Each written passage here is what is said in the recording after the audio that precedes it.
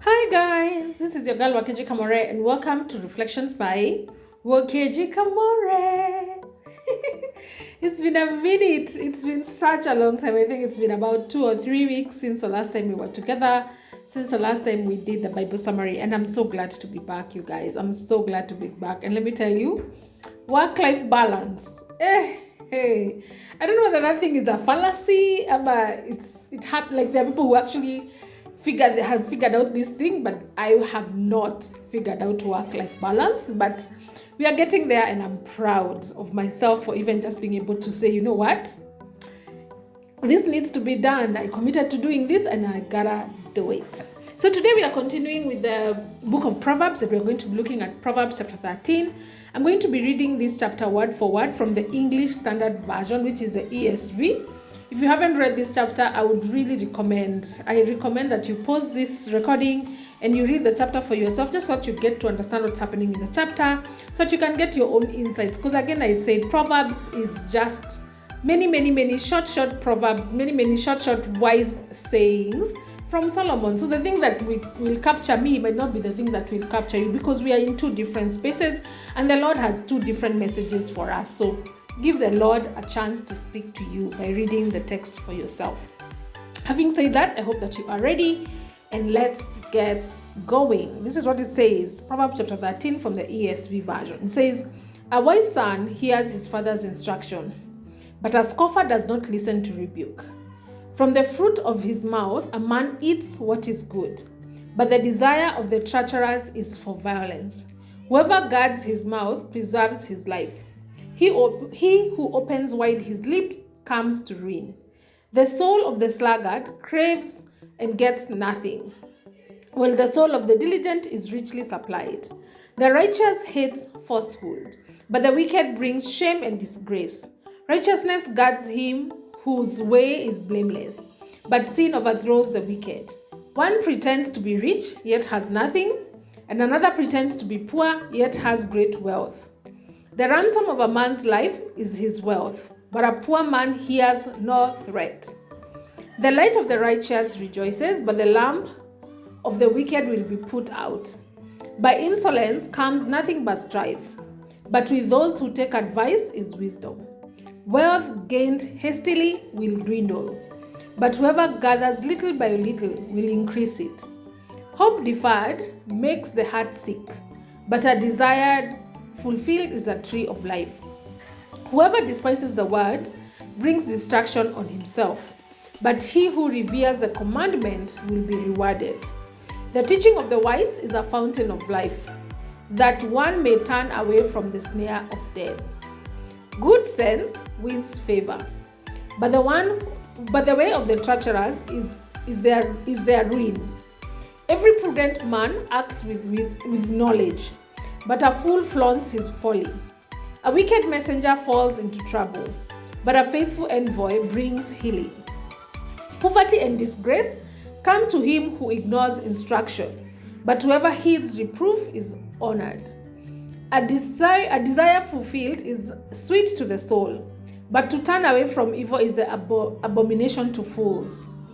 Whoever walks with the wise becomes wise, but the companion of fools will suffer harm. Disaster pursues sinners, but the righteous are rewarded with good. A good man leaves an inheritance to his children's children, but the sinner's wealth is laid up for the righteous. The fallow ground of the poor would yield much food, but it is swept away through injustice. Whoever spares the rod, this I think was my mom's favorite verse. Whoever spares the rod hates his son, but he who loves him is diligent to discipline him. The righteous has enough to satisfy his appetite, but the belly of the wicked suffers want. Again, Proverbs chapter 13 continues the short proverbs of Solomon that began all the way in chapter 10. And Solomon's proverbs are recorded in Proverbs from chapter 10 to verse 29. And these are proverbs that are typically short statements of wisdom for the meditation of the reader. And they have, of course, been written by Solomon. And of course, as expected, The chapter has many nuggets of wisdom that is difficult to focus on just one, but let me speak on the ones that really popped up for me. I really like verse 13 and verse 18. Verse 13 says, "Whoever despises the word brings destruction on himself, but he who reveres the commandment will be rewarded." And verse 18 says, "Poverty and disgrace comes to him who ignores instruction, but whoever heeds reproof is honored." So in these verses, we see two things that when ignored bring destruction, poverty, and disgrace. In verse 13, we see the word of God. And in verse 18, we see instruction. And my assumption is that these are instructions from wise men. In Solomon's days, the people of Israel had the instructions of God. Had the pleasure to get direct instructions from God, which were revealed to Moses on Mount Sinai. Today, we have even more of God's words and instructions recorded for us in the Bible. Solomon warns us not to reject God's words, or we will find nothing but destruction. This is very practical, but often neglected.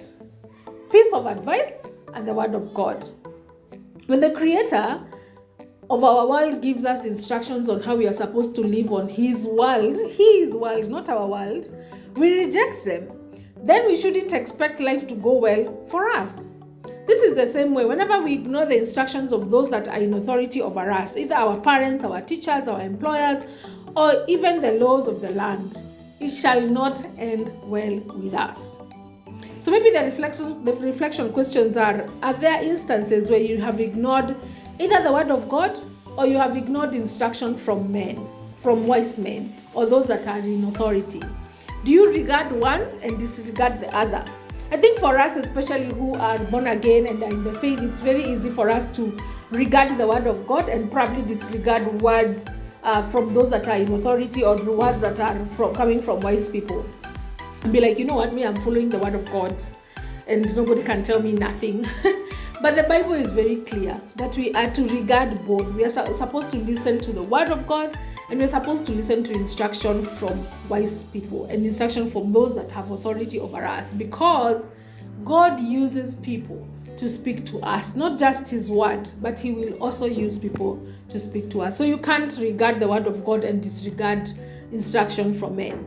And then we have another group of people who listen to people more than they listen to the word of God, more than they will read the word of God. So they will be busy, reading articles, or be busy asking for counsel, or just listen to everybody's opinion, but never actually going to the word of God.